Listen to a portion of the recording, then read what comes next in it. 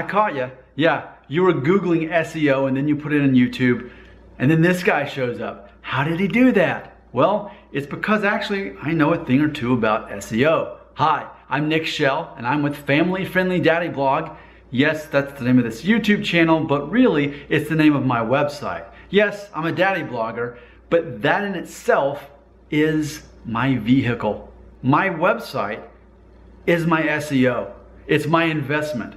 This YouTube channel is simply an extension of that. Now, what I want to help you with today is, maybe you don't have a budget for SEO right now, because let's face it, SEO is expensive. SEO requires a lot of work. And to pay someone to do that, it's gonna cost money. So, what about companies out there who don't have a budget for it, but desperately need to boost their SEO somehow? I've made this video, this SEO starter kit, and I'm going to highlight 5 things that I've learned that work for me. Now, I want to tell you a secret right up front. What I believe in my own experience, SEO is not about being the biggest site. My experience has taught me that good SEO is actually about being the most accessible source on whatever the topic is that people are already searching for on the internet. So it's a mindset of all day long people are searching on the internet. They're Googling, they're looking on YouTube for stuff. You want to be the thing that they find. Maybe they're not specifically looking for you, but now you're the source of that information and now they're paying attention to you. By educating people and teaching them things, as I'm teaching you now, that is actually one of the easiest, best ways to improve your SEO. Yes, it's time consuming, but that is why SEO is so expensive when you hire someone to do it for you. So let's get to it. What are 5 tips that I can offer you today to boost your SEO? So here's the first one. You need to start a WordPress blog. WordPress, yes, it's free. It's fairly easy to set up. What you want to do is you want to publish 3 blog posts a week, between 300 and 500 words per post. So that's going to be about 1,000 words a week that you're going to write. And what do I write about, you ask? Well, I'll tell you. Think about whatever it is that your business or your company or program, whatever it is that your brand is, whatever topic that falls under, what are questions that you can be answering in that field?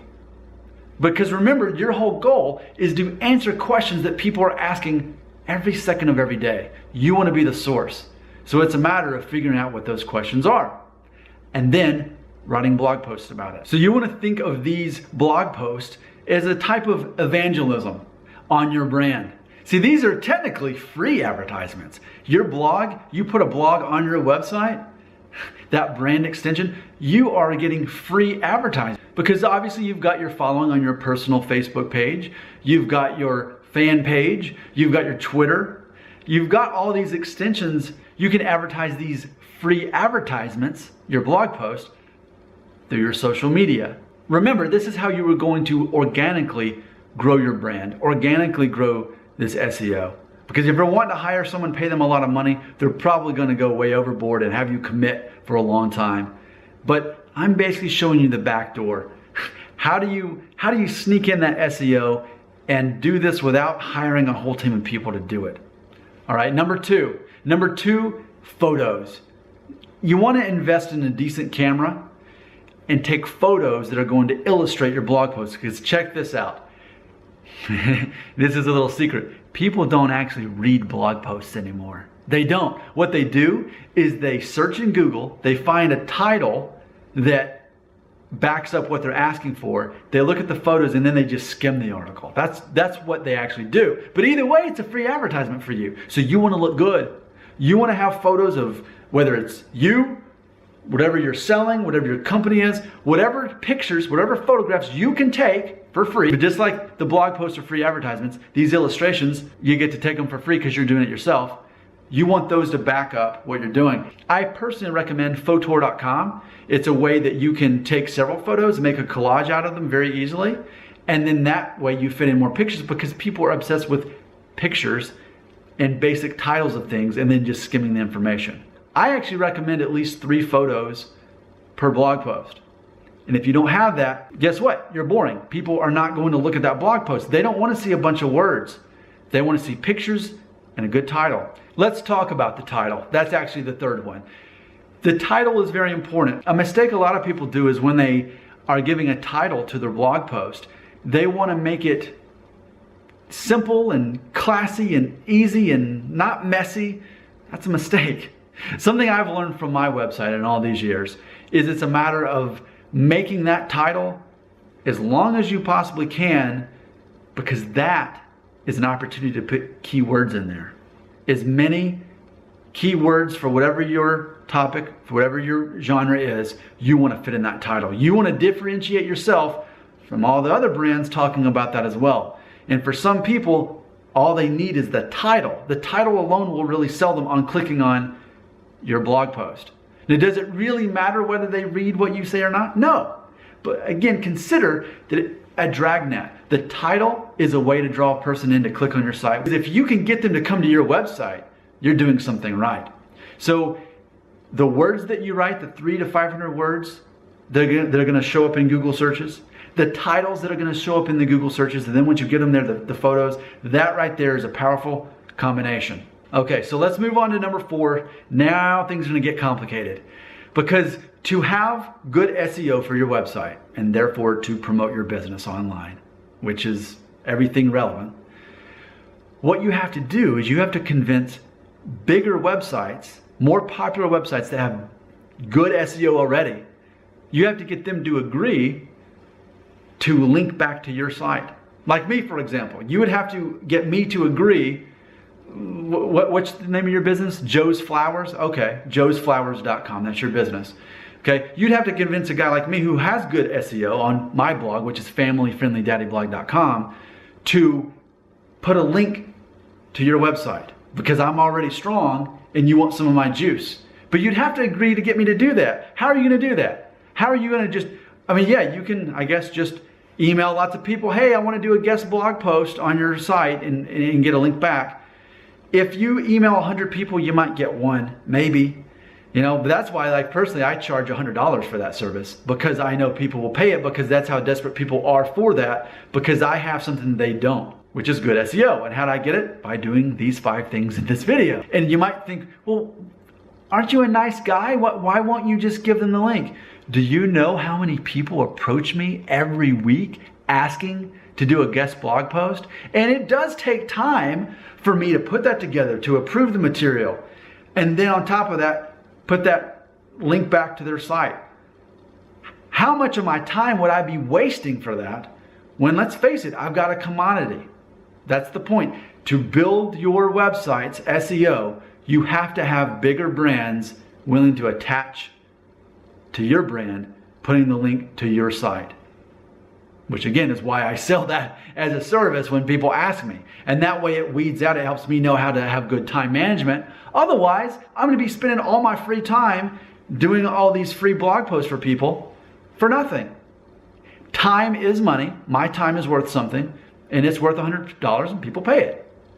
So, I'm not serving this as an advertisement to you that, hey, you should hire me to do it. But I'm saying, unless you want to do that, or you can find someone doing it cheaper, then that means you have to spend a lot of your time trying to find somebody with good SEO willing to do that. This is very important that bigger websites with better SEO link back to you, that you link back to them.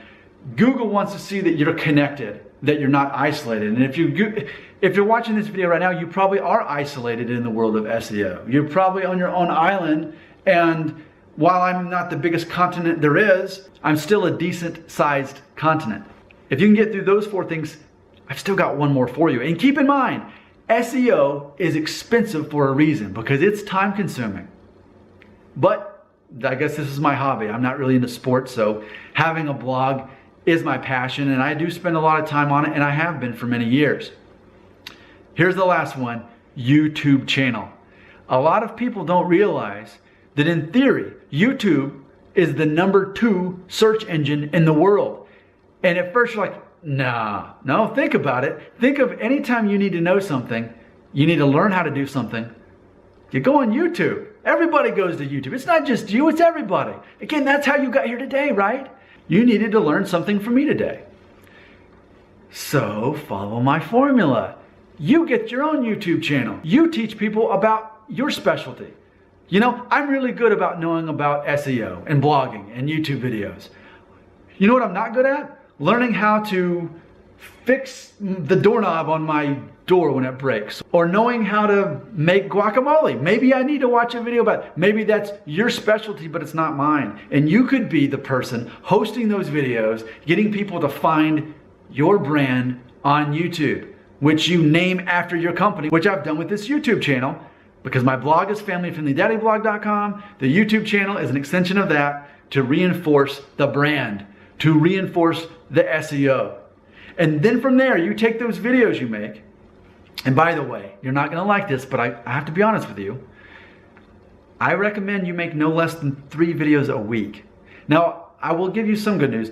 It's not so important that you edit the videos like I've done with this special one. Most of my videos I don't actually edit. Most of them are more conversational, just that raw, unfiltered conversation that people used to have on phone calls that they don't anymore because no one calls each other on the phone anymore to catch up.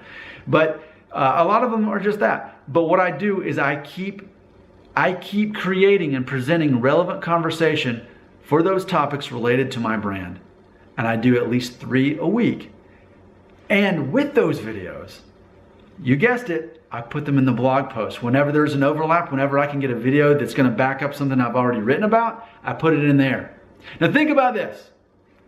It's easy for you to think right now, oh man, that's so much work, but my brand really needs some good SEO.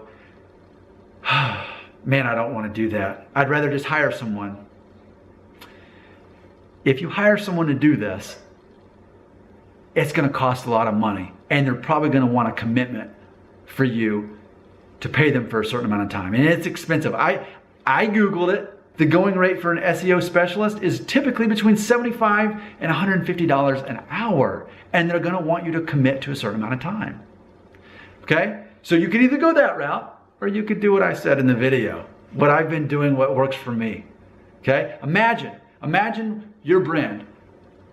You got 3 blog posts a week minimum. That's Google material, that's free advertisement. Some of which will have videos in them, which is you teaching people about stuff that's related to your brand. This stuff's gonna be advertised on Twitter and Facebook for free, because you're doing it. And by the way, don't pay Facebook extra to advertise it. They've changed their algorithm. It's not worth the money. Don't do it. Okay? I really feel the overall theme is free, free, free. This is all free, but it's a matter of you investing the time to do it. So, there's the harsh reality of SEO. You hire someone else to do it, or you do this stuff yourself, and you've got free advertisements while building your brand and your website online. You're building your SEO. In closing, who are you, Nick Shell of Family Friendly Daddy Blog?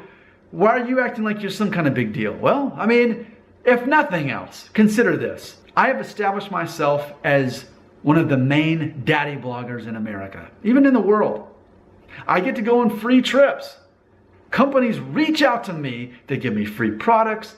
I got to go to Florida, all expenses paid, a couple months ago. This happens to me regularly. And then I've got people paying me to talk about their brand and link back to them. So I'm actually making money because of my SEO from this. And that's how the tables turn.